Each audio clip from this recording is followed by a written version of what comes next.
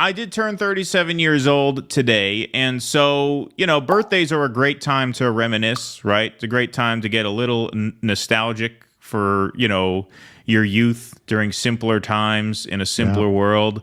Yeah. So let's take this back to, October 2019, Democratic primary era. Wasn't that a fun, innocent time? When you were young and full of beans. When we were young and full of beans, such an innocent time when the biggest problem in the world, according to Elizabeth Warren, was mean tweets. So this is an excerpt from the new book by Ryan Grimm called The Squad, which I'm sure you guys all have on your Christmas list, so it should be arriving any day now. Talk about a great stocking stuffer for the holiday season, Ryan Grimm's book about the Squad.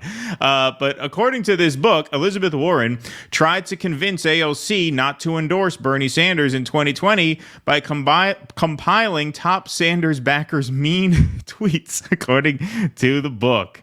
Senator Elizabeth Warren unsuccessfully tried to convince Representative Alexandria Ocasio-Cortez to stay on the sidelines during the 2020 presidential election by highlighting just how outspoken some of Senator Bernie Sanders' most notable surrogates were, because that was never featured in the media. The media never really complained about Bernie bros being mean online. So I guess Warren felt the need to really, send her a message. Hey, want to make sure you're aware.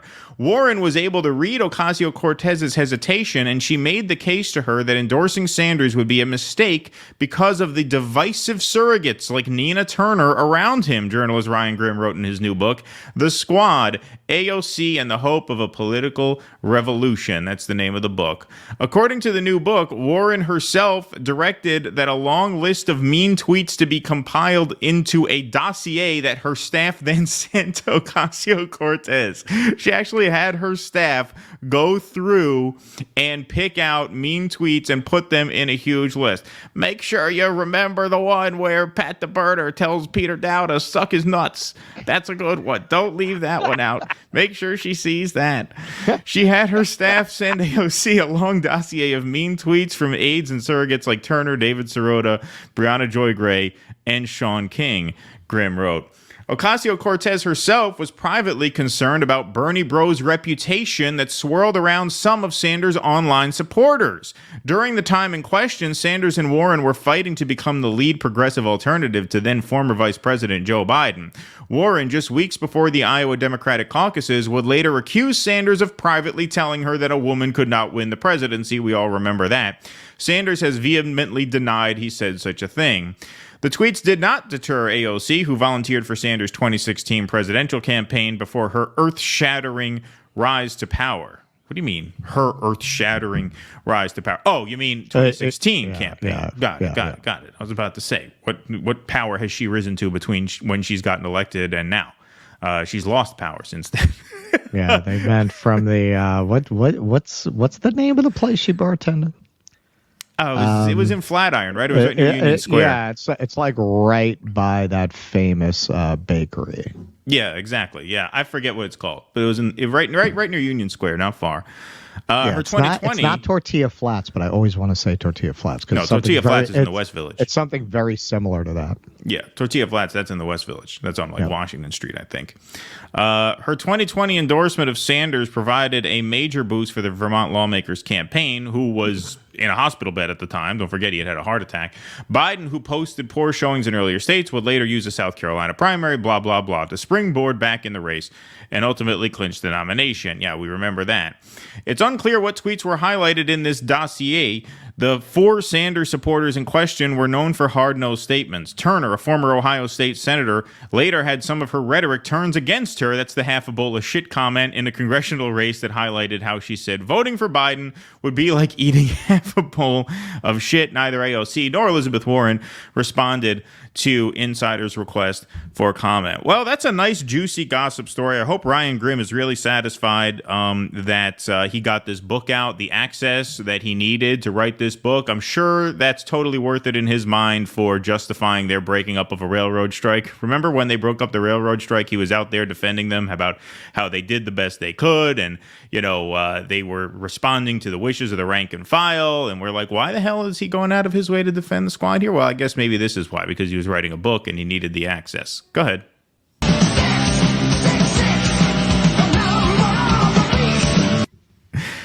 But commenting on the substance of the article there, what a simpler time. What a more innocent and what a more ridiculous time. Like, don't you just look back on that and think, how embarrassing was it to ever have to worry about such a thing as mean tweets? Because if you were invested in the Bernie 2020 campaign, as I certainly was, it was like really something that was on our mind. Like, we really thought about that. We really had to think, let's not present ourselves as being too rude, right? Or too mean, because we can really get in trouble for that. And, ooh, what if they come for us? And that's why, as much as when he lost, I said, well, that's pretty much it for the, United States centuries-long project. Like, I guess the country's over, but at least that liberates me to be the kind of asshole that I always wanted to be. And since then, I haven't felt any obligation to pay any mind to any of that nonsense. But when you look back on it and you think of how high the stakes are right now, not only have our domestic woes become worse, but foreign policy has just completely blown up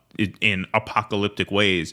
How ridiculous was it for the so-called left to be arguing over mean tweets? It just goes to what you said about the left attracting soft people who really overreact to having their feelings hurt.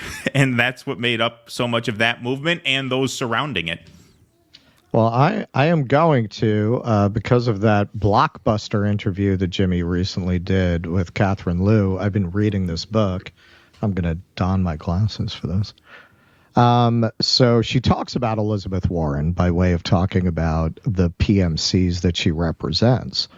So she's talking about an article that was published about the PMCs. Warren failed to place second or sometimes even third or fourth in all the states that voted. Winant, that's the article she's referencing, urged Sanders supporters to bend the knee and reconcile themselves to Warren's brand of progressive professionalism. He did not foresee that it was Sanders who would win primary after primary, while voters resoundingly rejected Warren's brand of limited progressivism, and that's really the key there. The reasons for this rejection are manifold, but centrists and liberals want to ignore popular distrust of incremental solutionism by dismissing the collective desire for radical economic reorganization. And that's it. You might have noticed that a lot of people that you know who absolutely fucking despised Sanders loved Elizabeth Warren. And right. very, exactly. and very outwardly so. They really wanted you to know how much they loved Elizabeth Warren, because deep down, they always knew you were out-lefting them with Sanders. So they wanted to show they were really leftists. It's just that they wanted a serious leftist who's not some cranky old Jew from New York. But really what it was she conformed to the PMC vision of incremental change. She wasn't scary. She wasn't radical. She was a Harvard professor. She wasn't suggesting any major reorganization of the economy. She wasn't saying anything mean about the party establishment. She wasn't going out of her way to criticize anyone that they've been told by MSNBC is a good person. She didn't do any of that. She didn't even really go after Biden. All of these things, and her book, which, partway into it, I would really recommend, gets into. The professional managerial class used to align with the working class. And over time, starting really in the late 60s, they shifted their allegiance to the same capitalists that they used to fight. The professional managerial class were the ones who wanted to regulate the businesses. They were the ones advocating for antitrust. That's what those experts used to do. That's who FDR surrounded himself with. Those were the embryonic PMCs. Professional managerial class did not then mean what it means to us today. Organizations like the FDA, the American Medical Association, they were there to regularize and regulate society's institutions in a way that benefited the people. But as the PMCs, and this comes up a lot when I'm on Jimmy's, because we're both horrified by what's become of the arts community. But it really all goes together, because at the end of the day, most artists were always PMCs. When the PMCs had better values, so did the artists.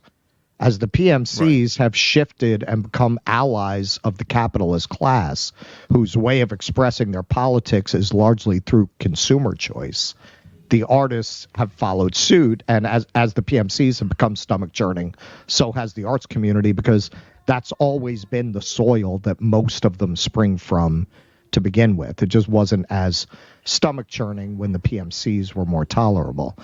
So that's why all those people, who hate, it wasn't just because Warren was a woman. It was also because of the kind of politics that she represented. And that's relatable for them. And this is a good example. And so we haven't done a Warren story in a very long time. But it is worth noting, has anybody so thoroughly abased themselves to so little purpose in the history of politics as Elizabeth Warren? She got nothing. Yeah, usually when you sell out, you get something for it. That's why it's called selling out. No, she got absolutely nothing, because with these people, once you cross them, that's it. They don't forget. They'll never let you in the club. And this is the irony. She would have been better off if she flipped to the Republicans and then said that she wants a cabinet position than as a Democrat. If you're still one of, because they love that story of the Republican who comes over to them. Steve Schmidt would have a better job getting a better chance getting a job in a Democratic administration than Elizabeth Warren at this point. Please clap.